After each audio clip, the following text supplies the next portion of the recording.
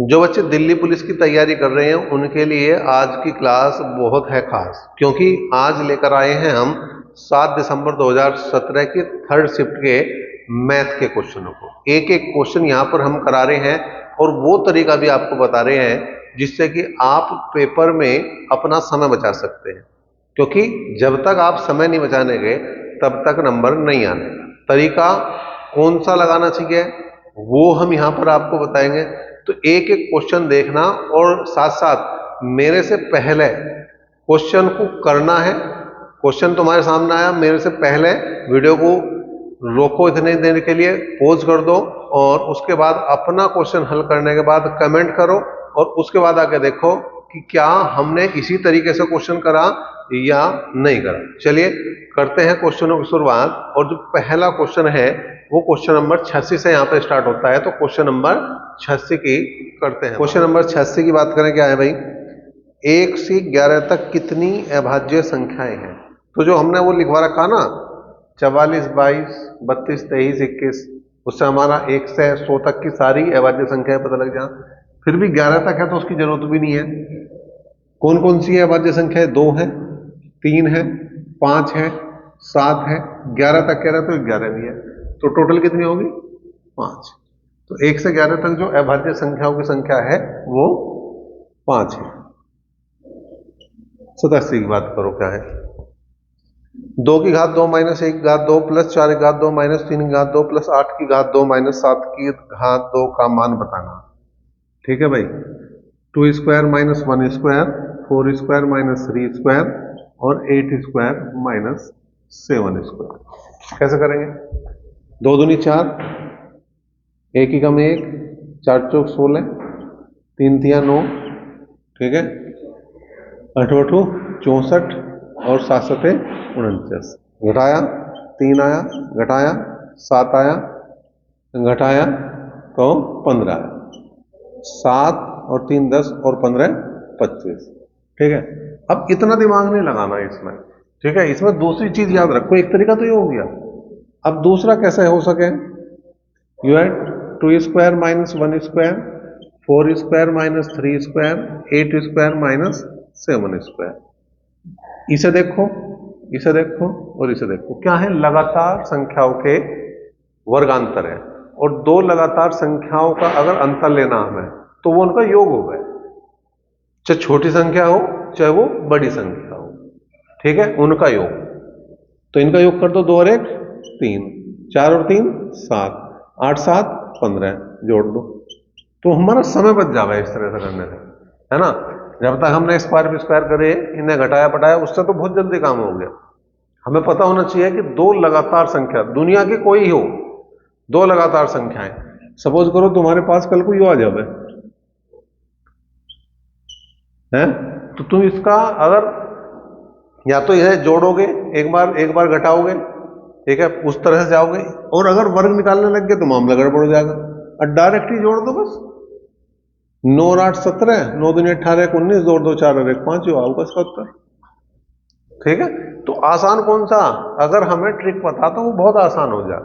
वो इतना आसान हो जाए कि हमारा समय जो एक क्वेश्चन में हम लगा रहे थे उसमें हम दूसरा क्वेश्चन कर देंगे आराम से। क्वेश्चन नंबर 88 की बात करें, क्या है? निम्नलिखित में कौन सा कथन सत्य है? उसने कहा 2/7 बड़ा है 3/4 से, बड़ा है 1/2 से, और दूसरा है 5/6 बड़ा है 2/3 से, और 2/3 बड़ा है 3/5 से। अब उसे देखने के लिए हम क्या करेंगे? इसे भाग करेंगे पहले, ठीक है।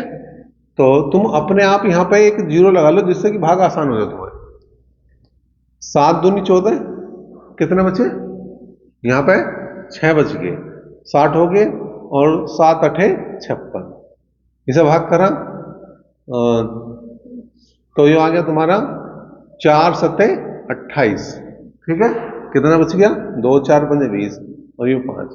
तो क्या 2.8 7.5 से बड़ा है? नहीं है। इसका मतलब ये कथन तो गलत है। अब इस पर आ जाओ, इसमें भी वही काम करो, 0 लगा दो अपने पास से, भाग करा 6 निम 54, 6 8 48, 6 8 48, कितने बच गए? 2 और 6 18, 3 6 18, 3 6 18 और 5 6 23, बिल्कुल सही हो गया।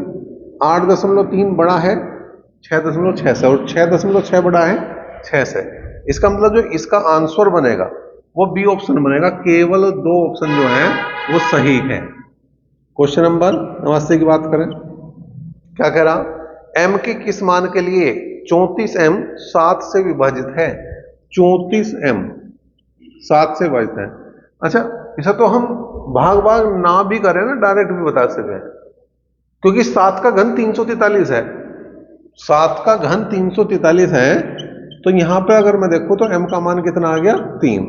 ऑप्शन में अगर 3 आ रहा तो इससे बढ़िया कुछ है ही नहीं, ठीक है, और ऑप्शन में 3 है। और अगर तुम्हें मतलब इस तरह से याद नहीं आ रहा तो ऑप्शन का मान रख के चले जाओ जी, पहले 3 रख के देखो, 7 से भाग करो, कट गया।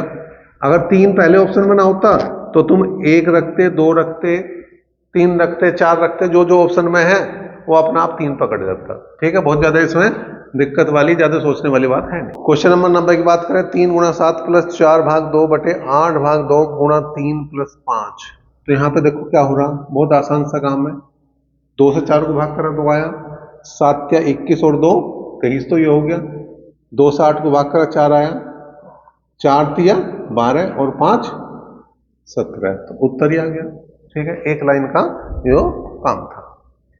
क्वेश्चन नंबर 91 में देखो क्या है, उसने कहा ए बी का 7 गुना है, मतलब बी अगर 1 है तो ए 7 है।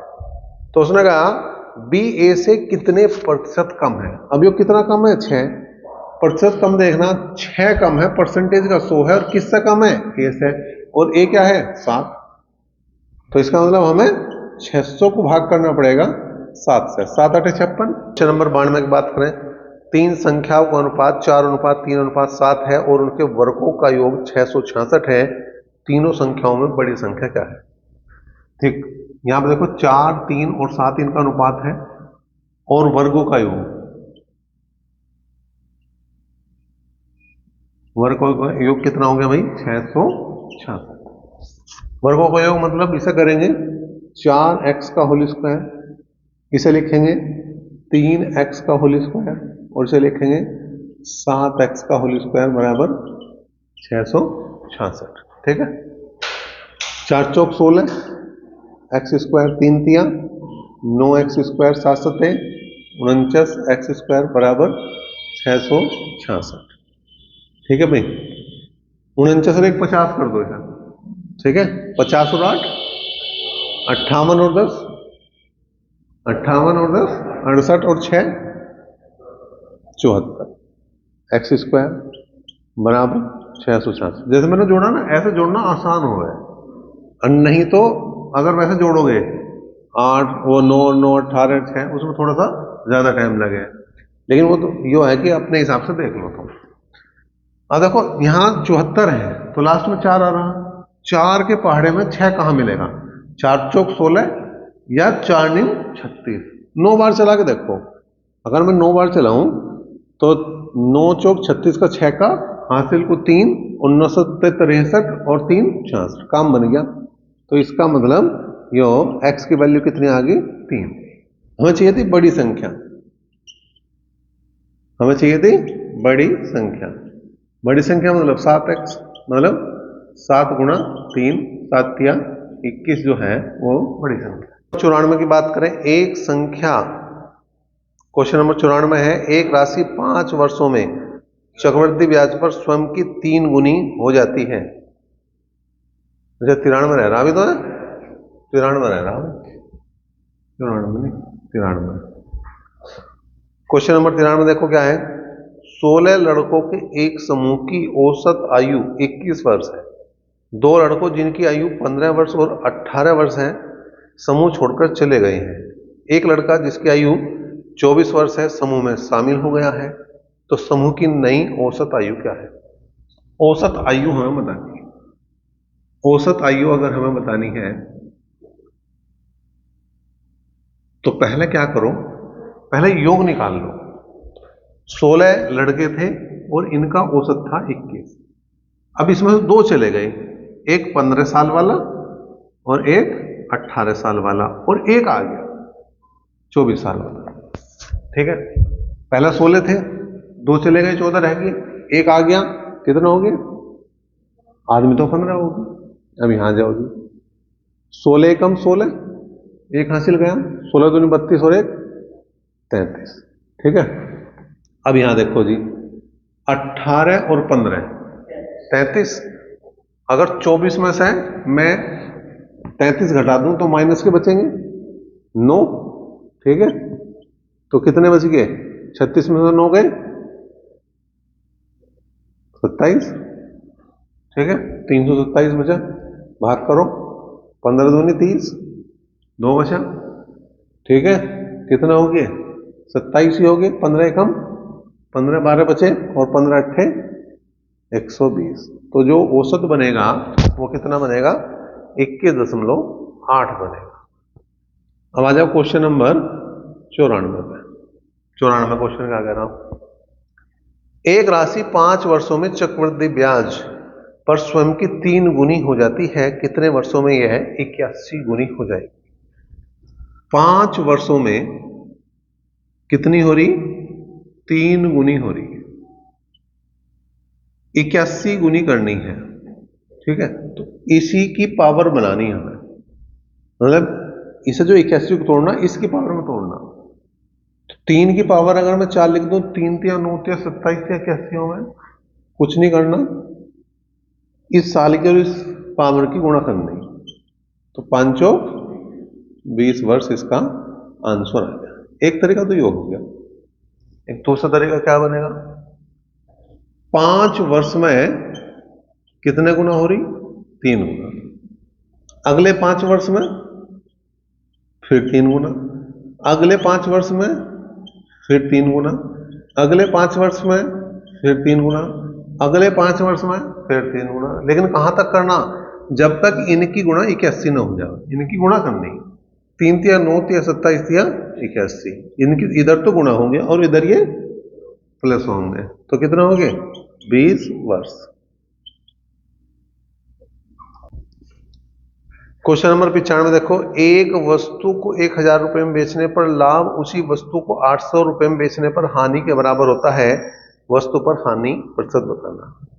1000 रुपए में तो लाभ हो रहा, 800 रुपए में हानि हो रही। जब एक ही वस्तु के दो रेट इस तरह से दे रखे हों, ठीक है, कि एक पर तो लाभ और उधर हानि बराबर हो, तो हमें क्रय मूल्य अगर निकालना है, अगर मुझे क्रय मूल्य निकालना तो कुछ नहीं करना, इन दोनों को जोड़ना और बटे 2 करना। इन दोनों को जोड़ना और बटे 2, कितना हो गया? 1800 बटे 2 का मतलब 900। तो इसका मतलब 900 रुपए इसका क्रय मूल्य है। अब देखो, अगर मैं 1000 रुपए में बेच रहा तो 100 रुपए का लाभ, 800 में बेच रहा तो 100 रुपए की हानि, हो गया बराबर हिसाब। अब उसने पूछा हानि हो रही है, इसे हानि प्रतिशत चाहिए हमें, लाभ नहीं हानि प्रतिशत चाहिए। तो हानि कितने की हो रही भाई? 100 रुपए की हो रही।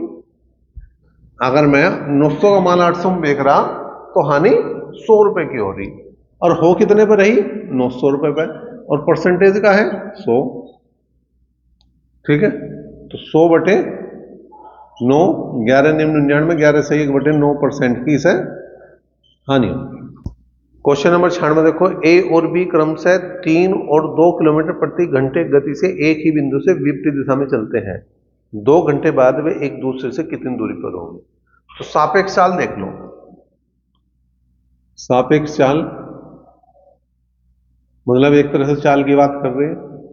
जब दिशा विपरीत है तो चाल जुड़ेगी, और दिशा समान है तो चाल घटेगी। चाहे वो रेलगाड़ी की बात हो, चाहे वो आदमी की बात हो, चाहे वो कार की बात हो। लेकिन इसी में अगर नाव का क्वेश्चन होता तो उल्टा हो जा, दिशा समान है तो फिर चाल जुड़ती है, और दिशा विपरीत है तो चाल जो है घटती है नाव वाले में। बाकी वो नाव का क्वेश्चन नहीं है, ये सिंपल क्वेश्चन है। तो यहाँ पे दिशा विपरीत है तो चाल जोड़ दो, 3 और 2 5 किलोमीटर प्रति घंटा। 1 घंटे में 5 किलोमीटर जा रहा, 2 घंटे बाद 2 घंटे बाद बीच की दूरी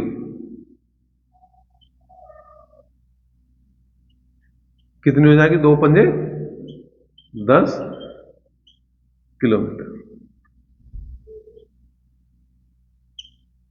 क्वेश्चन नंबर 70, एक बगीचे की लंबाई और चौड़ाई का अनुपात 2:1 है। यदि इस बगीचे का परिमाप 60 मीटर है तो बगीचे की लंबाई बतानी। लंबाई और चौड़ाई का जो अनुपात है वो 2:1 है। परिमाप 60 मीटर है। आयत का परिमाप क्या होगा? 2 इंटू लंबाई प्लस चौड़ाई। 2 से काट दिया मैंने, 30 आया। यो आ गया तुम्हारा 2x, यो आ गया x बराबर 30, तो 3x बराबर 30। तो x की वैल्यू कितनी आ गई भाई? 10। हमें क्या चाहिए? लंबाई। तो 2 गुणा 10 मतलब 20 मीटर इसका आंसर। क्वेश्चन नंबर 98 देखो, पी, क्यू और आर ने एक व्यापार 27,000, 81,000 और 72,000 रुपये लगाकर आरंभ किया। एक वर्ष बाद लाभ तीनों में बांटा गया। क्यू का लाभ 36,000 है तो कुल लाभ बताना। अब देखो, पी, क्यू और आर समय बराबर है, तो जो लाभ का अनुपात है वो लगाई गई पूंजी के अनुपात के बराबर होगा। इसने 27,000 रुपये लगाए, इसने 81,000 रुपये लगाए और इसने 72,000 रुपये लगाए। कुल मिलाकर 3 जीरो तो कटे गए। 9 तिया 27, 9 9 81, 9 8 72, अनुपात ये हो गया 3 9 और 8। किसका दे रखा है इसने? क्यों का दे रखा। 9 बराबर हो गया 36,000। टोटल हो गया कितना? 9 और 3 12 8 20 बराबर हो जाएगा कुल के 9 चौक 36, 4,000 हो गया। और अगर मैं कुल की बात करूं तो 4 दूनी 8 और 4 जीरो लगा दो, तो ये कितने हो गए भाई? 80,000 रुपये हो गए। 99 क्वेश्चन देखो क्या है। 10% और 20% की दो क्रमिक छूटें देने पर निवल नेट छूट में क्या होगी? मतलब वो समतुल्य बट्टा पूछ रहा है एक तरह से। तो 100 रुपए का कोई सामान था, उसमें पहले 10% की छूट दी तो 90/100 हो गया, फिर 20% की छूट दी तो 80/100 हो गया। कुल मिलाकर अगर देखा जाए तो ये जो 100 का माल था वो कितने में जा रहा? 72 में जा रहा। तो छूट कितने की बनेगी भैया?